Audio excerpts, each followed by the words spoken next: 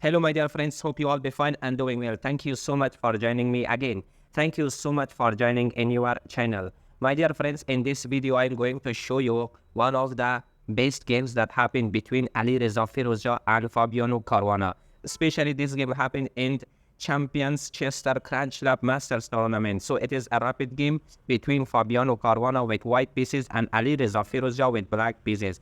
So my dear friends, in this game, you will see that how a Grandmaster can beat another Grandmaster in only 9 moves. So therefore, my dear friend, chess is all about critical thinking. Sometimes even Grandmasters can be defeated by other Grandmasters in only 9 moves like this.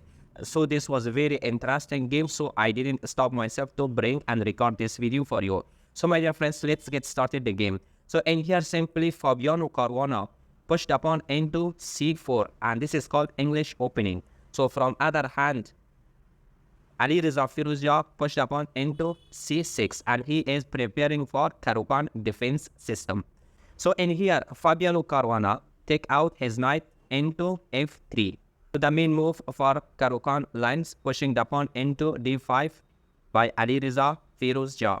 So in here, Fabiano Caruana pushed the pawn into g3. So he wants to activate his bishop from this side.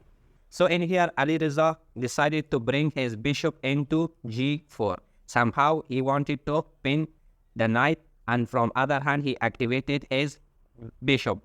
So the best move happened by Fabiano Caruana, and he attacked to that bishop. He attacked that bishop. So in here, the reaction of Alireza Firouzja was taking back his bishop into f5. Fabiano Caruana decided to bring his queen into b3 and attacking to this weak pawn.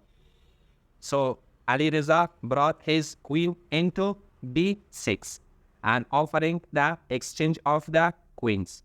But in here, Caruana decided to capture the pawn in the center.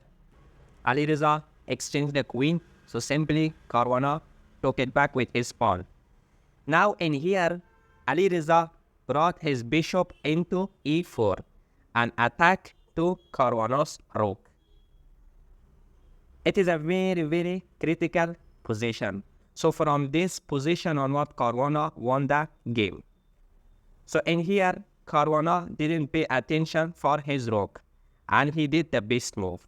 So my dear friends, in here, can you find the best move for white? What exactly Fabiano Caruana played in this game? Fabiano Caruana decided to capture the pawn, and he was sacrificing his rook.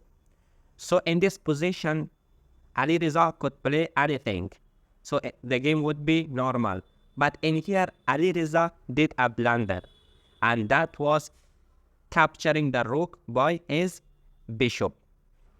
So he was thinking with himself that if I capture the rook, nothing will happen. Definitely, I can control the pawn.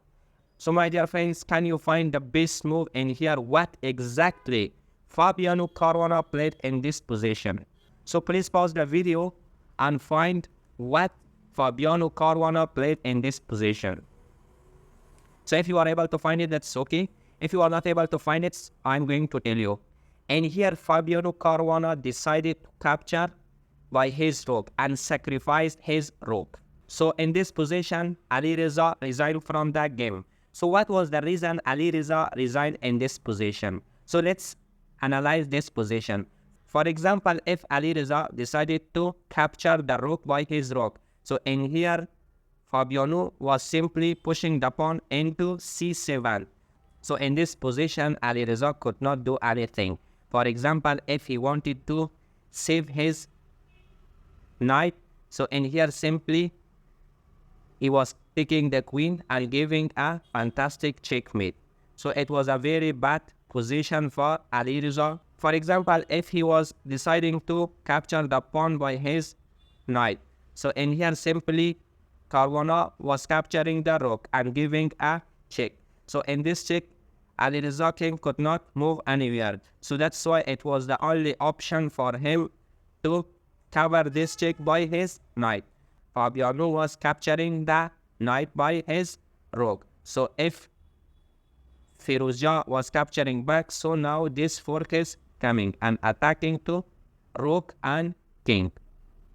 For example, if he decides to come here, if he was capturing, so simply, maybe the only move for him is pushing the pawn. Maybe in this position, by pushing the pawn, he is thinking about bringing his bishop into this square and attacking to the knight. But in here, the brilliant move is there for Fabiano. And in this way, he can trap the bishop. So definitely, Fabiano was in a winning position. So in here, if Alireza was deciding to capture the pawn by his bishop, so in here, the base move was coming for Fabiano Caruana, and it was capturing the rook. Again, Firouzja could not do anything. So definitely in any position, if you analyze, so Fabiano was winning the game. So my dear friends, after Fabiano decided to sacrifice his rook, from that moment onward, every move was critical for Alireza Firouzja, because Alireza Firouzja was needed only one brilliant move to defend from this position. But unfortunately, he made a blunder by capturing the rook by his bishop. So from that point till this move, everything was in favor of Fabiano Caruana. So in this way, Alireza Firouzja resigned that game. So thank you so much, my dear friends, for watching this fantastic video, and I hope you enjoyed from watching this video. If you are interested in the videos and the contents I am making, please subscribe the channel, share it with your friends. In this way, you are motivating me to make lots of good videos. Thank you so much. See you in the next video.